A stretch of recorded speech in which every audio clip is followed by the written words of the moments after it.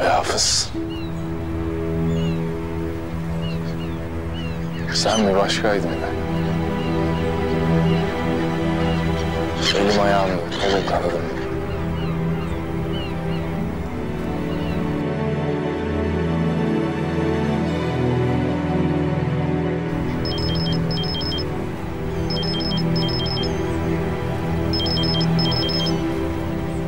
Alo. Yavuz. Ne yapıyorsun? Sesin çıkmadı, merak ettim. Takılıyorum öyle. Ateş, değil mi? Hangi birine üzüleceğimi şaşırıyorum artık. Seni görmek istiyorum. Ben de seni. Akşam bana gelsene. Rahat rahat konuşuruz. Olur, gelirim.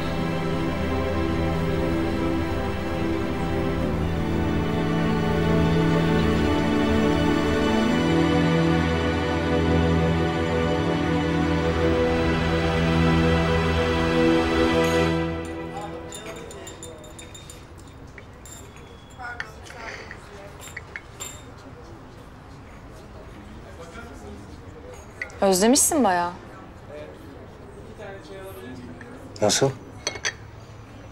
Çay bardağını. Gözlerini alamıyorsun. Benden çok özlemişsin anlaşılan. Olur mu canım öyle şey? Seni daha çok özledim tabii. Sağ ol. Lafım olur.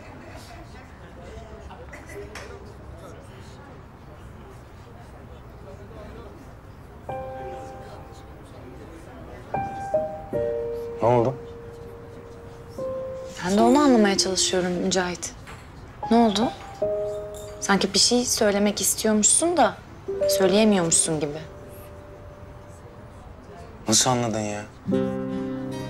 Arkadaş tamam içi dışı bir insanız ama bu kadar da muşamba olmaya gerek yok. Muşamba derken? Şey yani şeffaf yani. Kelime aklıma gelmedi. Ben de benzer bir şey yapayım dedim yani. Mücahit. Lafı daha fazla uzatmasan da sadede gelsen artık. Bak seni ne kadar özlediğimi unutacağım ha.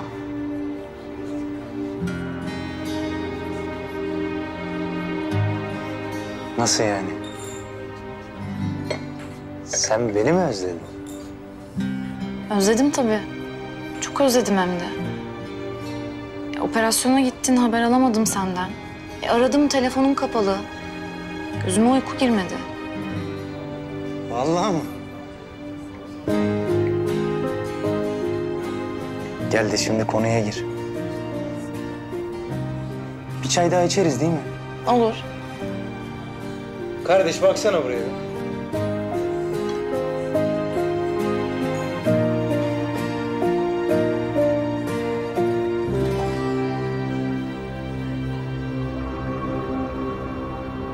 Demek Keşanlı Mücahit sensin. Hadi bakalım.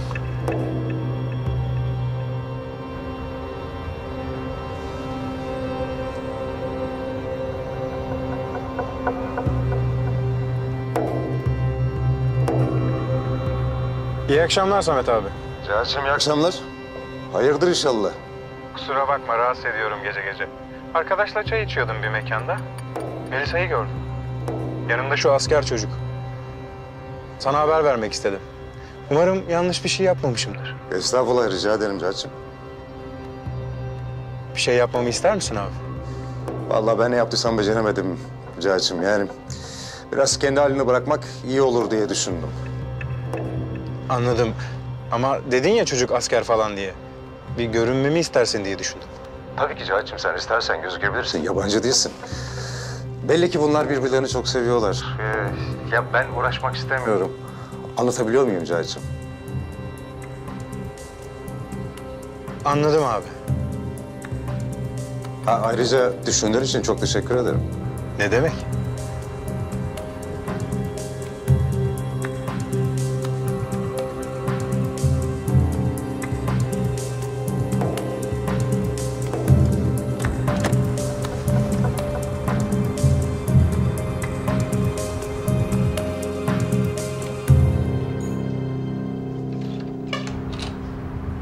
Hoş geldin. Hoş bulduk. Aramadın hiç.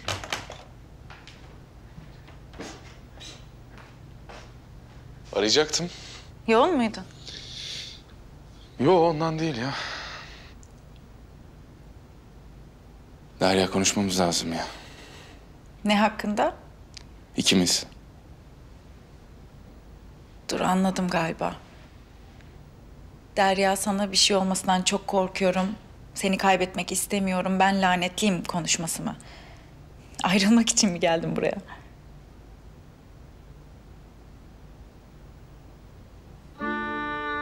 Bunun için mi geldin gerçekten?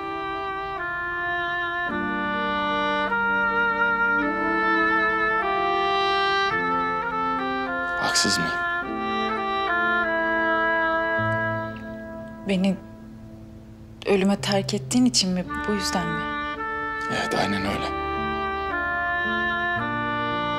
Yavuz, bunu senden ben istedim. Çünkü doğru olan buydu. Nereden biliyorsun? Biliyorum işte. Ya ben bununla yaşamak zorunda mıyım?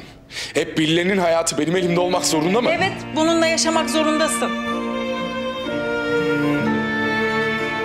Ya seni de kaybedersem? Ya kaybetmezsin? Ya ölüyordun Derya. Ölmedim ama. Ölsem de umurumda olmazdı. Ne umurumda olurdu biliyor musun Yavuz? Markete giderken sarhoş bir adam bana çarpsa, o yüzden ölsem, evet. Bu üzücü bir ölüm. Ya da banyoda kafamı çarpıp ölürsem, evet, bu da üzücü bir ölüm. Ama sevdiğim adam bir tercih yapmak zorundaysa ve komutanını seçiyorsa ve ben ölüyorsam, ben bundan korkmam. Aksine gurur duyarım. Önce seninle. Dünyanın en zor seçimini yapmak zorunda kaldığın için. Sonra kendimle. Hiç değilse ülkem için ölmüş olurum. Görevim için. Anlatabiliyor muyum?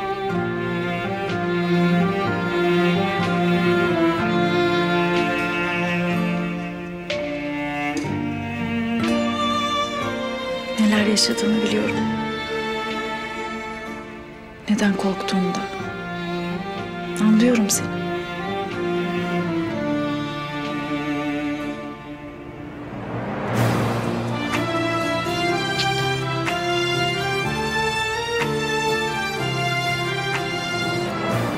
Bana söyleyecek bir şey bırakmadın ki.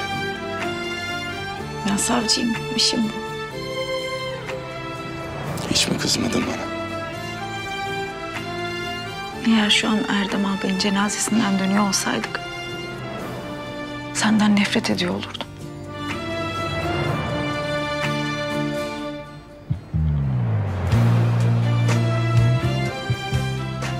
Bir şey söyle ne olur. Ne söyleyeyim? İçinden ne geliyorsa.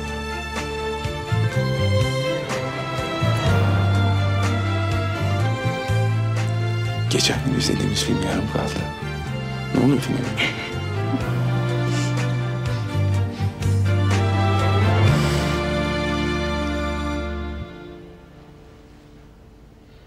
Benim bir lakabım da Şehitoğlu Şehit Mücahit'tir biliyor musun?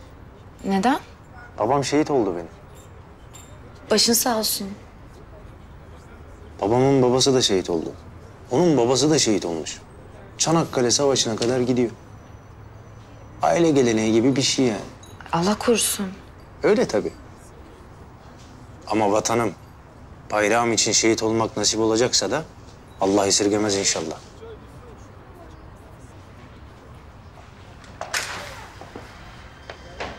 Melisa, ben düşündüm de. Melisa?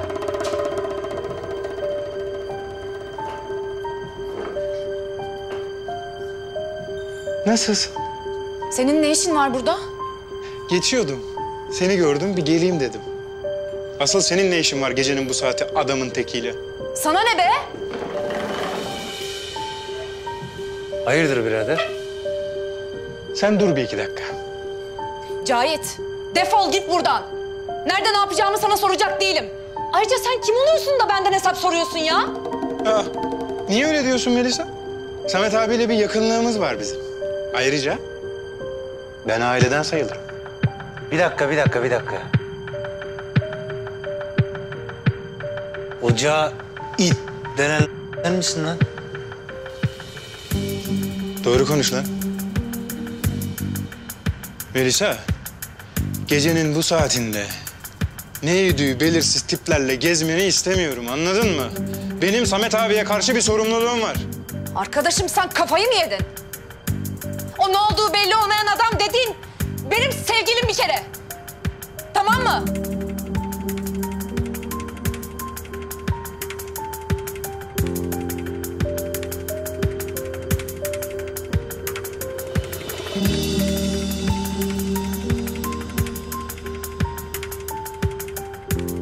Vay. Demek öyle. He, öyle. Zoruna mı gitti? Benim canım sıkma. Çık git lan buradan. Çık git. Sen kimsin lan? Kimsin? Lan yürü git.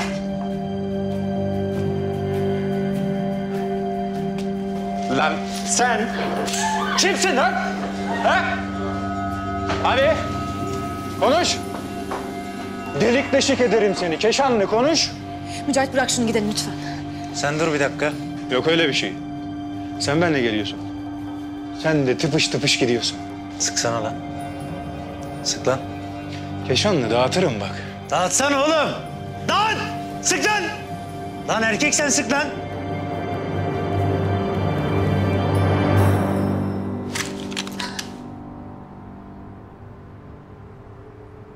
Mücahit hayır yapma.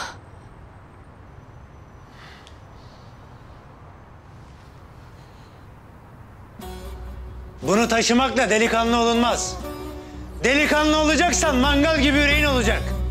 Belindeki silahı değil, mangal gibi yüreğine güveneceksin.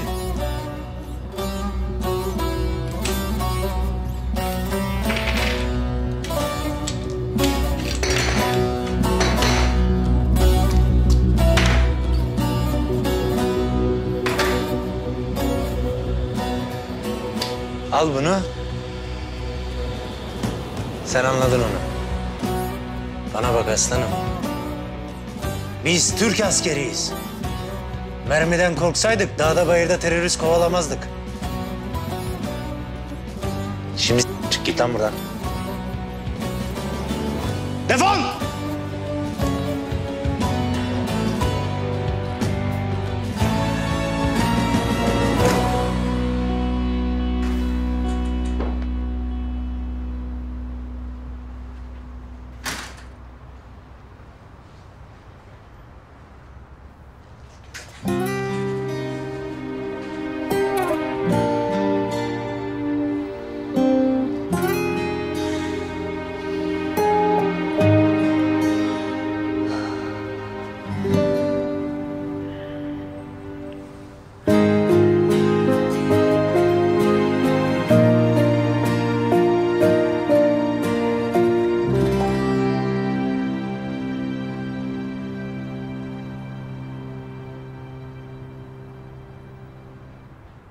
Bir daha geldiğimde yanımda avukatla geleceğim.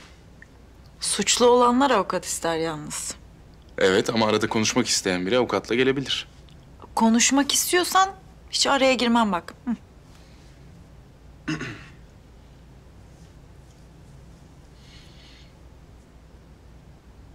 Tekrar birini sevebileceğimi anlamama yardımcı olduğun için teşekkür ederim. Rica ederim Yavuz Bey. Ne demek Mezunlar Derneği konuşması gibi oldum. Pardon. Anladım, inatçısın, cesursun. Seviyorum.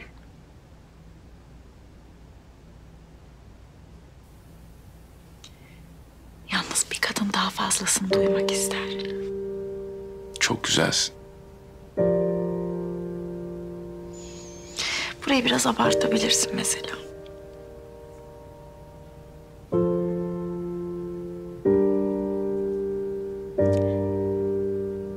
Sanki biri özenle çizmiş gibi yüzünün her ayrıntısını. Kaşlarını, gözlerini, burnunu. En çok da dudaklarını.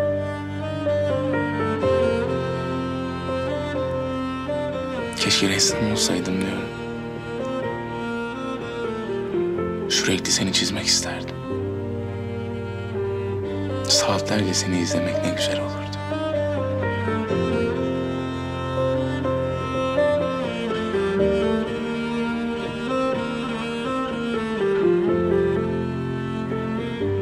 Eline ne oldu? Hapishanede olmuştur.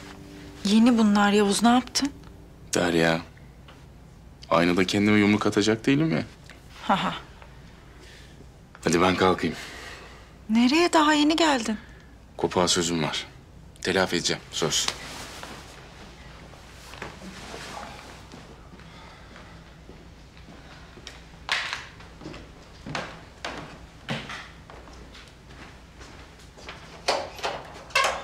Ha. Yarın Avrupa'ya gidiyorum. Araba fuarı var. Haberin olsun. Nereden çıktı şimdi? Dedim ya, araba fuarı var, iş. Karşında donanımlı bir tamirci var. Bakarsın dünyaca ünlü bir tamirci olurum. Sen yine de çok açılma bence. Dikkat et. Sen de.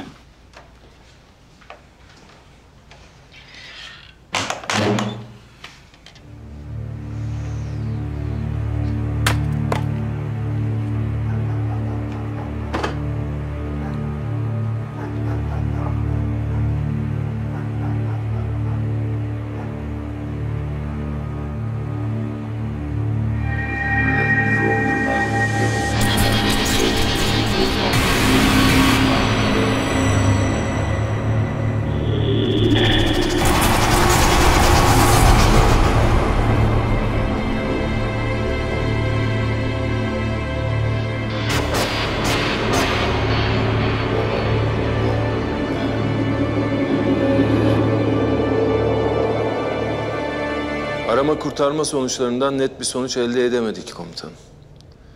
Elimizde yanmış ve parçalanmış ceset kalıntılarından başka bir şey yok. DNA sonuçlarını bekleyeceğiz.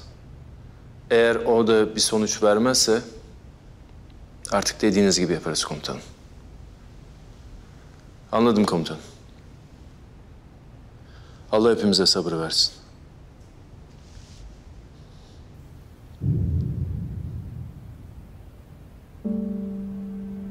Baba. Ne oldu? Ne diyorlar? Komutanımla konuştum. DNA sonuçlarına göre şehit ilan edeceğiz. Baba. Ateş ölmedi. Ben de öyle olmasını istiyorum kızım. İnan bana, hepimiz öyle olmasını istiyoruz. Ama bazı prosedürler var. Prosedür mü? Evet. Eğer Ateş şehit olduysa hak ettiği gibi defnedilmesi için gerekli bazı prosedürler. Baba tamam. Tamam. Prosedür falan umurumda değil. Çünkü Ateş ölmedi. Ve ben gözümle görene kadar da inanmayacağım. Biliyorum kızım, çok acı verici ama belki görebileceğin bir yüzü bile olmayabilir.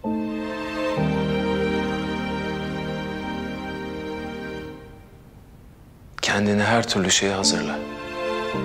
Baba. Kızım, bu umut seni hayata bağlamaz. Seni bitirir. Eğer bu acıyı yaşamazsan, bu acıyı yaşamayı reddedersen iyileşemezsin kızım. Bunu baban olduğum kadar yıllardır bu vatan için mücadele eden, hizmet eden bir asker olarak da söylüyorum. Çok canlar yitirdik. Çok sevdiğimizi şehit verdik. Eğer bu acıları yüreğimize gömmeseydik, hala canla başla, inatla mücadele ediyor olamazdık. O yüzden artık bazı şeyleri kabullensen iyi olur.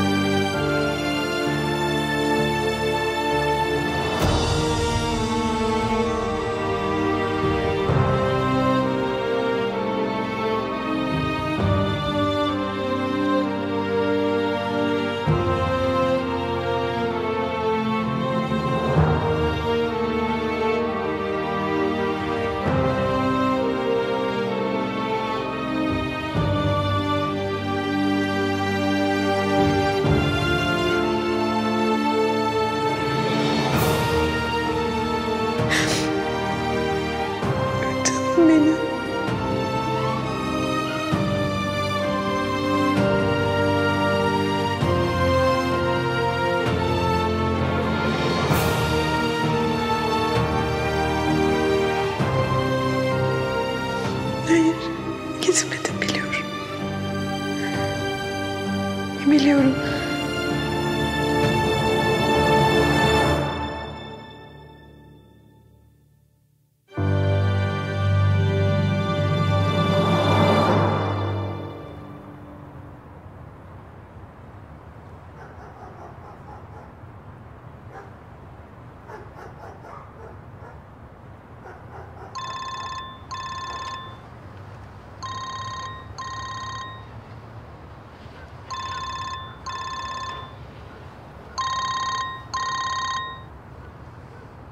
Alo Maho, Evet, benim. neredesin? Evdeyim, odun kırıyorum.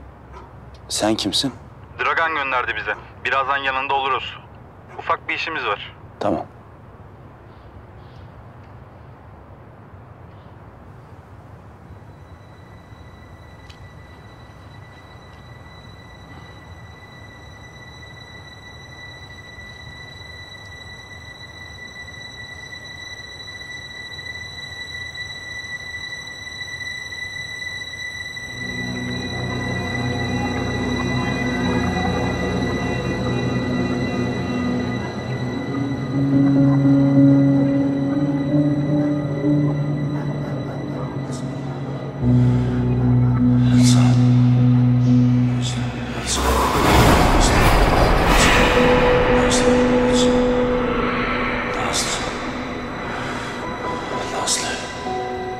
Nazlı?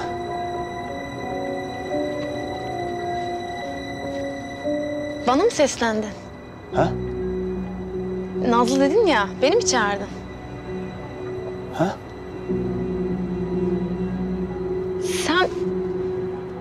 Sen bunu yanında mı taşıyorsun hala? Kurban olurum.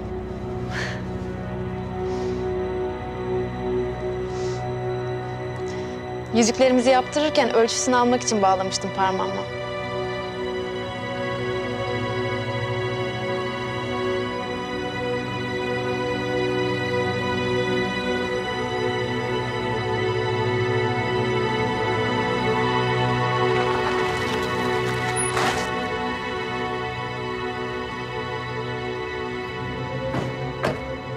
Mahmut ne haber, nasıl oldun? İyiyim, daha iyiyim. İyi. Seninle işlerimiz var. Ne yapacağız?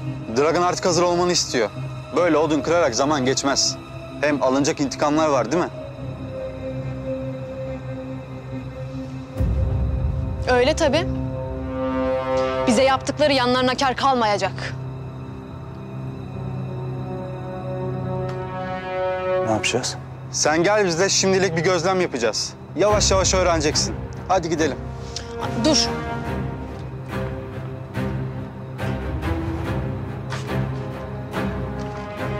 Al bunu.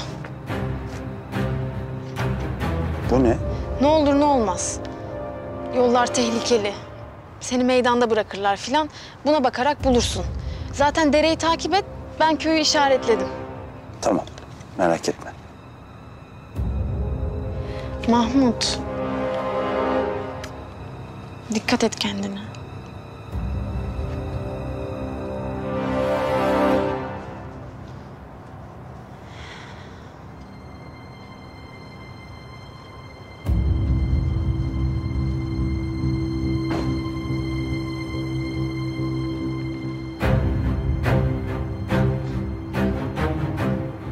Alo Dragan, aldık seninkini.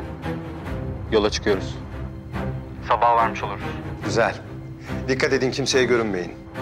Merak etme. Ha bu arada, eğer bir şey hatırlarsa sıkın kafasına. Sakın sağ bırakmayın. Anlaşıldı.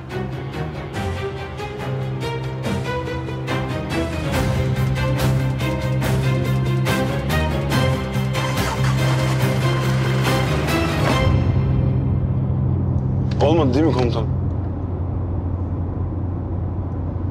Sen de seviyorsun. Bir gün gerçeği öğrenirse çok kötü olacak. Senden nefret edecek. Evet. Tamam, biz devletimize çalışıyoruz çok şükür ama bu kız bunu anlamaz. Kanun var der, hukuk var der. Haksız mı? Haklı. Ama biz de haklıyız komutanım. Ya birilerinin de o adamların anladığı dilden konuşması lazım. Biliyorum Kopuk. Herhalde tutuklar beni. Belki hapse atar. Atar. İnşallah ben aşık maşık olmam komutanım. İnşallah olursun. Olursun da görürsün ananın rugan terliklerini. O ne demek? Olursan anlarsın. Aman evlerden ırak.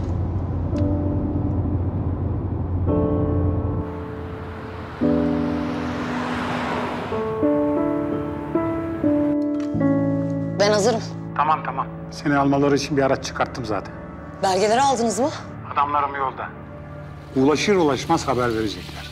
Belgeler eline ulaşmadan beni buradan uçurmuş ol. Merak etme Seda. O iş bende. Bana da Seda deyip durma. Benim adım Emma. Onun da gerçek ismin olduğunu sanmıyorum ama. Neyse.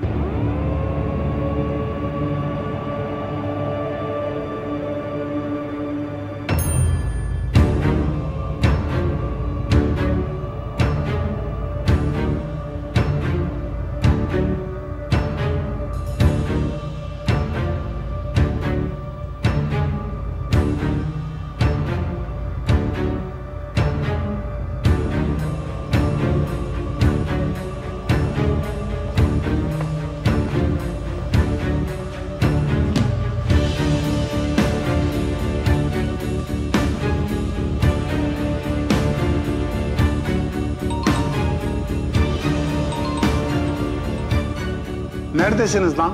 Sami abi belgeler bizde artık. Tamamdır. Güzel. Hemen çıkın oradan.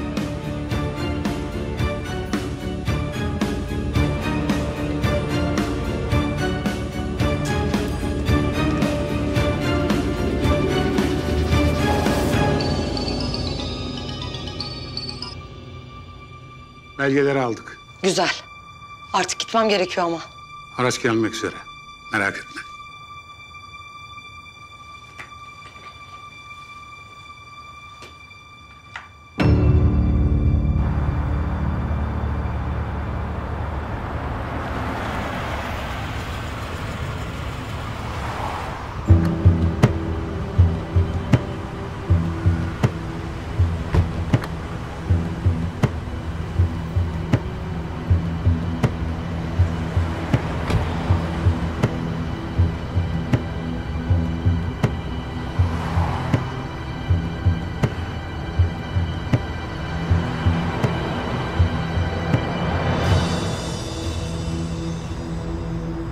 Sana bir şey hatırlattı mı? Yo. Ne hatırlatacak ki? Ne bileyim belki bir şeyler anımsatmıştır. Bayrak falan var yani.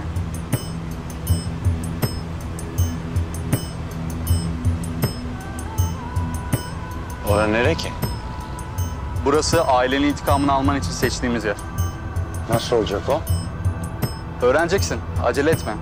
Hele sen bir iyi ol, kendini toparla, istediğimiz seviyeye gel. Her şeyi anlatacağız sana.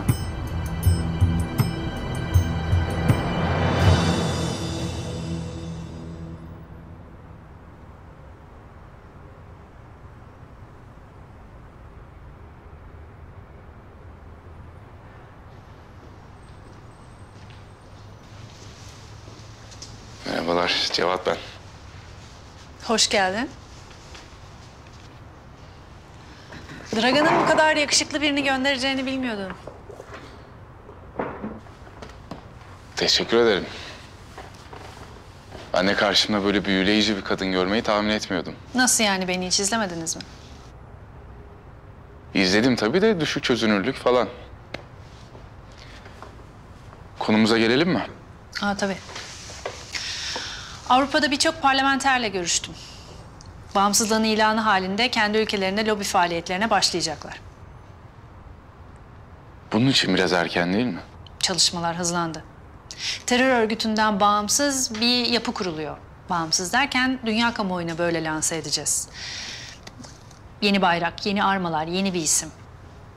Kantonlarla federasyonlar müzakereye açılacak. Sonra da referandum. Güzel. Avrupa'da ve diğer ülkelerde gazeteci, bürokrat ve siyasetçiler sizin adınıza faaliyetlerde bulunacaklar. Gazete yazıları yazılacak, temsilcilikler açılıyor. Siz Türkleri tahrik edip ilerlemelerini sağlarsanız soykırıma uğradığınızı yazacaklar.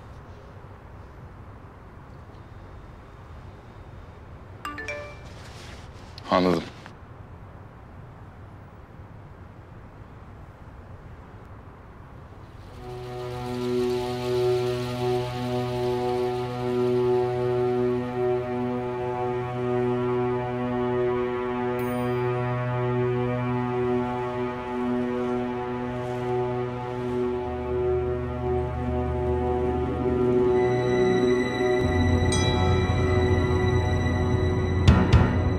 Bak sen.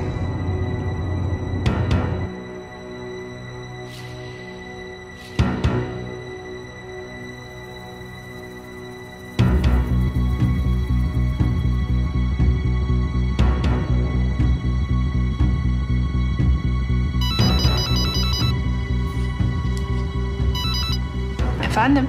Karşındaki her kimse benimle konuştuğunu belli etme. Tabii. Çünkü o benim sana gönderdiğim adam değil. Çok ilginç. Kim peki? Dur tahmin edeyim. Mavi gözlü mü? Evet. Sarışına yakın kumral?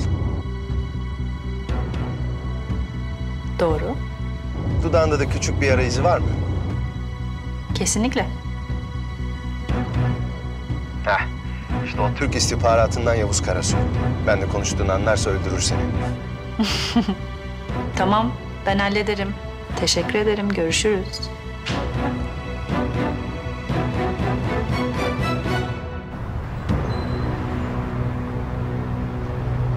İyice aklında tuttun mu? Tuttum. Unutmazsın yine değil mi? Bundan öncesini hatırlamıyorum. Geri her şeyi hatırlıyorum, merak etme. Daha öncesinde bir şey yok zaten. Kendi halinde köyde yaşayan bir adamdın. Türkler bela açmasaydı başımıza, şu an hala köyde yaşıyor olacaktın. Ama merak etme, hep birlikte alacağız intikamını.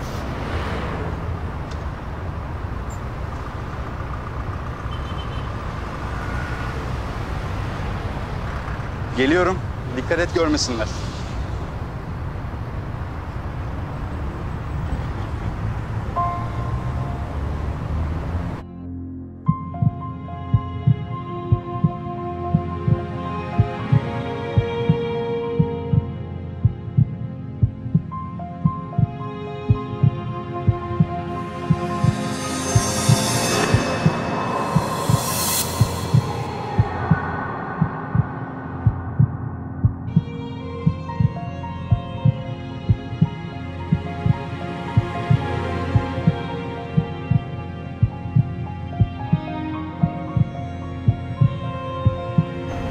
Anlaşıldı, anlaşıldı. Bir alt hatırladığı yok zaten. Merak etme. Olmuş bu. Tamamdır. Maho. Ha nerede bu? Hay böyle işin. Bütün bu planları bu kadar kısa zamanda nasıl hayata geçirmeyi düşünüyorsunuz? Cevat Bey, biraz fazla iş konuşmadık mı? Yani biraz da başka şeylerden bahsetsek. Mesela buraya ilk gelişiniz mi? Evet. Gözleriniz çok güzel. İnsan bakmaya doyamıyor. Evet. Ya biraz kızıyorum kendime. Keşke bu kadar yakışıklı olmasaydım diyorum. Hayat biraz benim gibiler için zor. Özgüveninize hayran kaldım. Doğuştan. Hep öyleydi. Şahane.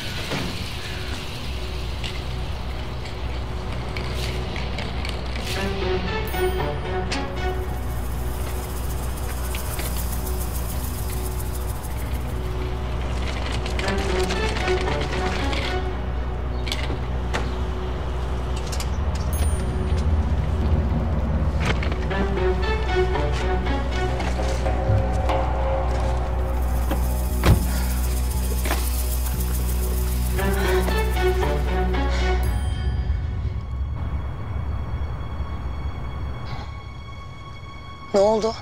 Neden gitmiyoruz? Ablacığım.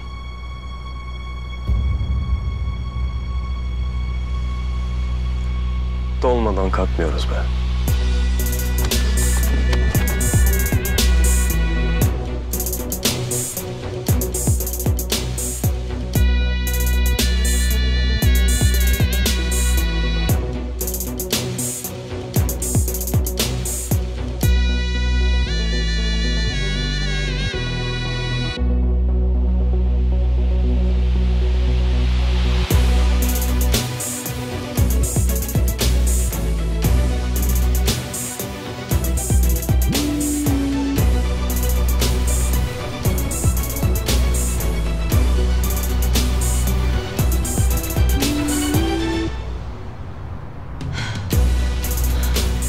Ne haber Seda?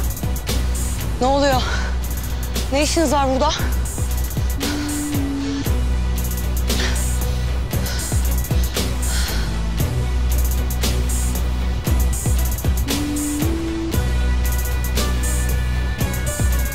Teslim ol. Ben bir şey yapmadım. Kandırıyor sizi Eylem.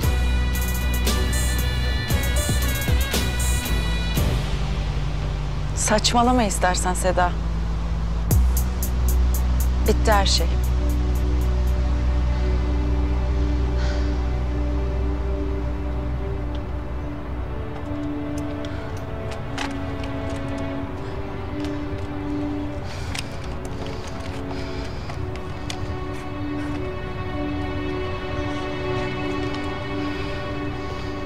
Paket tamam.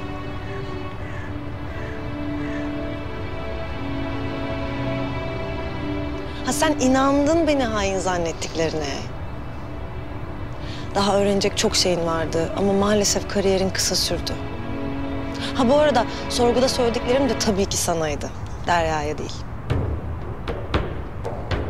İzninizle.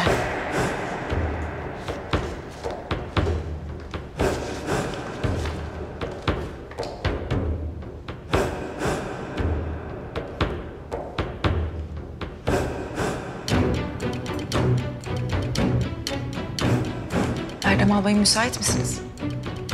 Eylem ve Tim'le bir toplantı yapmak istiyorum. Gizli bir toplantı. Ne yani, benden şüphelendiğini mi söyledi? Kafayı yemiş. Kafayı yememiş. Aksine doğru bir hamle yapıyor. Eylem'in geçmişte yabancı istihbaratta çalıştığını biliyor. Yönlendirmeye çalışıyor. Bu arada benden hiç şüphelenmediğine sevindim. Nasıl şüphelenebilirim ki? Senin ne kadar vatansever biri olduğunu hepimiz biliyoruz. Ne var aklında? Emin olmak için bu oyunu oynamaya devam edeceğiz. Hatta biraz abartacağız. Bizim çaylakımla tecrübemiz var. Hallederiz. Gören de bunlar Oscar'a aday oldu sanır. Şimdi öyle demeyelim komutanım. Sonuçta kamera önü tecrübesi önemli. Mühim. O zaman devam ediyoruz. Sizin için de mümkün olursa öğleden sonra Tim'le bir toplantı yapmak istiyorum. Olur. Seda, öğleden sonra toplantımız var. Günün sonunda gerçekleri kendisi de öğrenecektir. Anlaşılmayan bir şey var mı? Emredersiniz komutanım.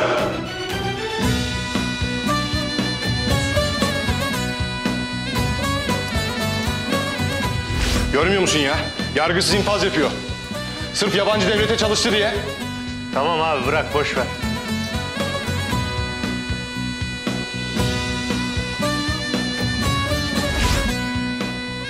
Bunu yapanı bulacağım. Gerçeği herkes öğrenecek.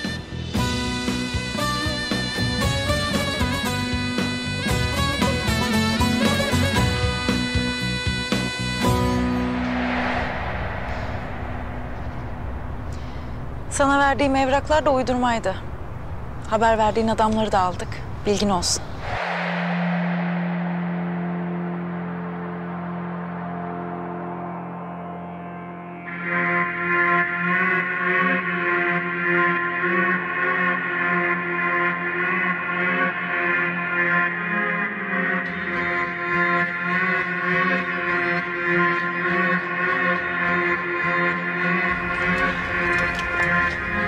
Giriş temiz. Giriyoruz.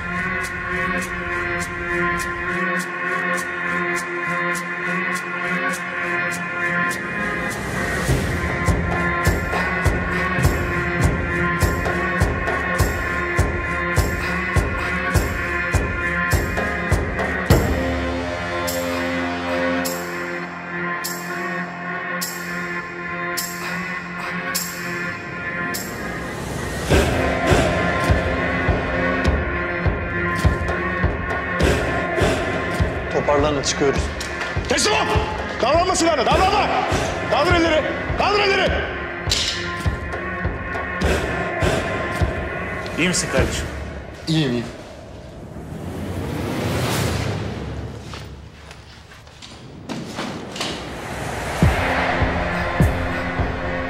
Bundan sonra seninle istihbarat ilgilenecek. Seni yakalamıştı yalan makinesi. Sen daha iyisin. Sen hala anlamadın. Hepsi seni kandırmak için düzenekti. O zamanlar görüştüğünüz, ortak çalıştığınız, sizden bilgi sızdırmanızı isteyen kişilerle ilişkiniz kesildi mi? Evet.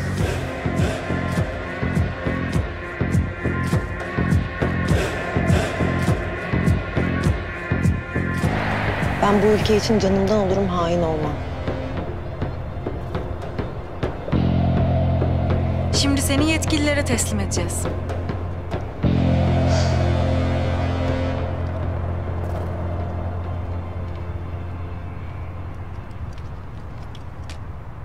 Konuşacaklarımız bittiyse ben kalkayım. Aslında ben size birazcık daha misafir ederim diye düşünmüştüm. Yani belki yukarıda benim odama çıkardık baş başa. Bir şeyler içip sohbet ederdik. Kalbim dolu. Teşekkürler. Çok yazık. Boşaltmak zorunda kalacağım çünkü. Yavuz Karasu.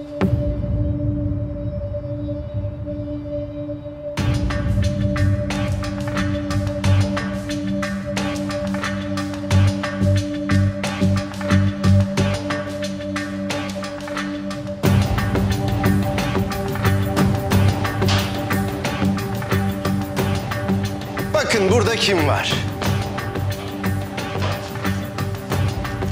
Ben de seni bekliyordum. Nerede kaldın?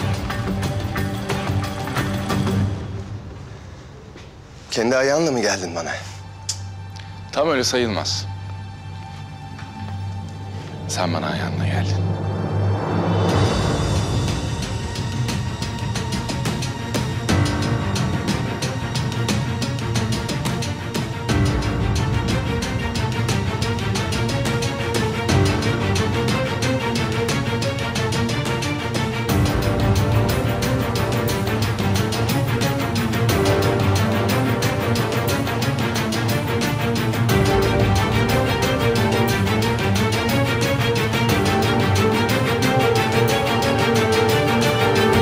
İçeride hepimizi havaya uçuracak kadar C4 patlayıcı var.